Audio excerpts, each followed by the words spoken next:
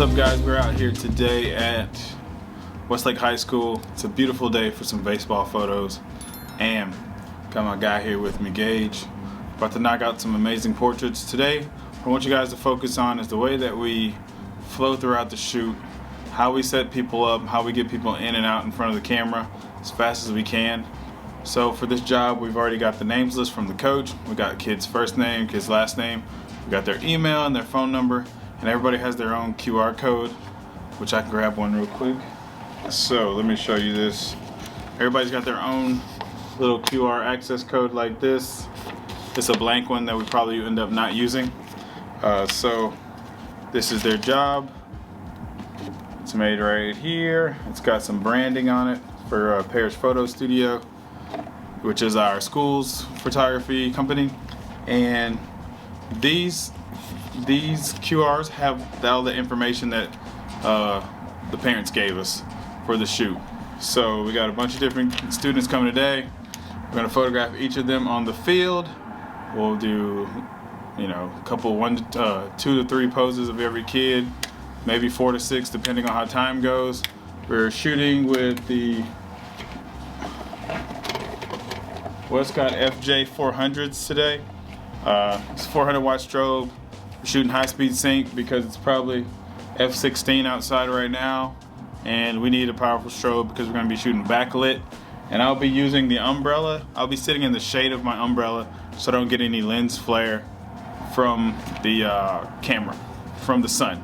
So if everything goes right, I'll be sitting in the shade of this to ensure no lens flare. Also, I'll be shooting on the 28-70 on the Canon R5, f2. I'll probably have my aperture close to f2 as I can get it, because for all the portraits I want it to look nice and bokeh have a lot of bokeh in the back. And also at this field, which this field is probably less than, how old do you think this field is? 2-3 years, Gage? Yeah, this field's only 2 or 3 years old, but unfortunately the press box got burnt down and they just have some scaffolding up, so we're actually going to have to go either third base line shooting towards the visitors bleachers, or first base. I don't even think we can do first base because the scaffolding is going to show up. So we'll have to figure out how we're exactly going to position the kids to where we don't see the scaffolding. We might end up going way in the outfield and just taking the portraits back at us with their backlit. So we haven't figured it out yet. Right now the sun's coming about this way in, so we already know that their backs will have to be directly towards the sun so we don't get that half light or anything on their face. So without further ado, let's get this photo shoot started. We're gonna get some test shots.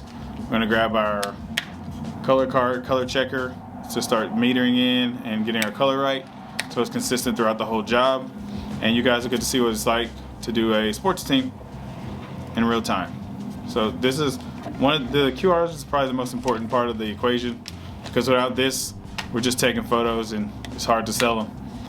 We plan on doing some videos. We have some new technology coming in, so we're going to be trying out the N-Tag technology, which you plug it into your camera and then it actually puts the name of each player on the metadata of the file. So it'll probably wipe out us having to use QRs. And it's so weird how when we first started, we were literally like trying to match numbers to a roster, and then we realized that didn't work too well because sometimes people wore the wrong jersey.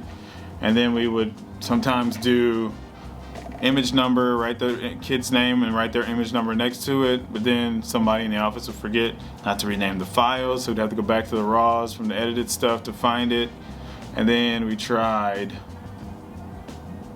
like videoing, I think, and saying the names out loud as people came, but sometimes the audio was bad.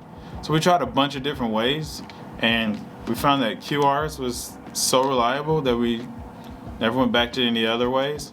And now we're excited that N-Tag will have a solution to where we can put the metadata on the files. So it'll be an app on my phone or my iPad. I click it, it says Susie Smith, and then when I click Susie Smith's, all her photos have Susie Smith tagged to them. And then the next one will be John Cena. Click. All the photos for John Cena are on John Cena's, actually on the photo. So excited to try that technology out here in the next couple weeks. And without further ado, again, let's get this thing started. Okay guys, so we're out here in left field. I want to give you guys a brief little tidbit on how I get my lighting set for when I'm doing on location portraits. So right now I'm looking out. I have no idea what my settings are going to be. I did not bring my light meter, whether I forgot it at home or I'm just too lazy to go back to the dugout. It's probably realistically what it is. I'm out here already. I'm going to take my camera with my remote off and I'm going to click. I'm just going to take a picture of the scene. And when I click it, right now the scene's telling me 1/500, 6:3, 100 ISO. So I know there's one thing that I do want to control, that's the aperture. So I'm gonna go to AV mode, just so I don't have to think as hard. I'm gonna put it on AV mode. I got my exposure compensation right at 0. I'm gonna go 1, 2, 3, click. That exposure is 1/4000, f2.8, 1/60th ISO. Okay, so now I'm gonna go to manual. I'm gonna dial that in. 1/4000, f2.8,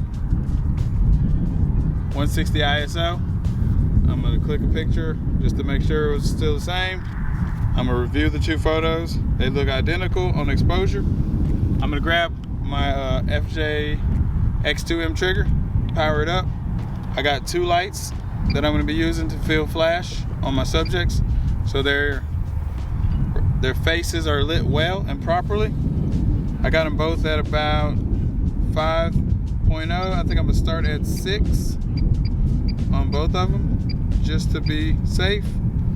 I don't want to go full power at I don't want to go full power at 9, then my recycle time is going to be slow.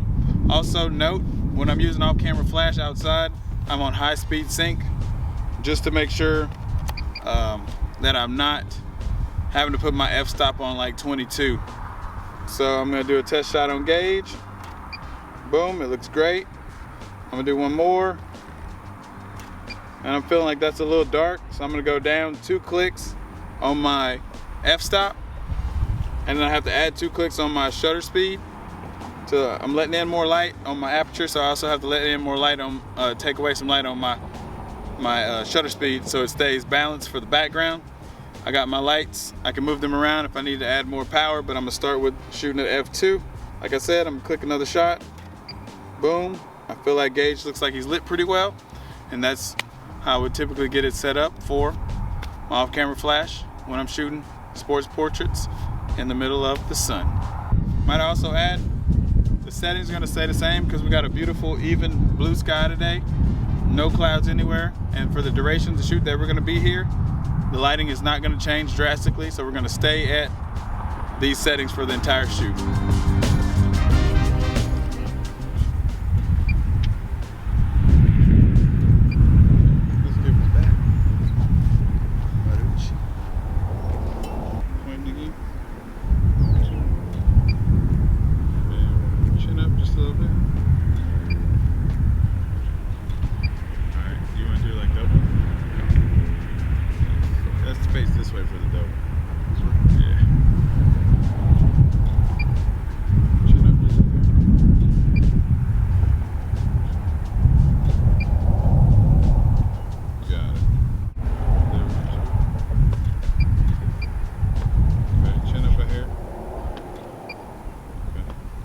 Do one where your lights.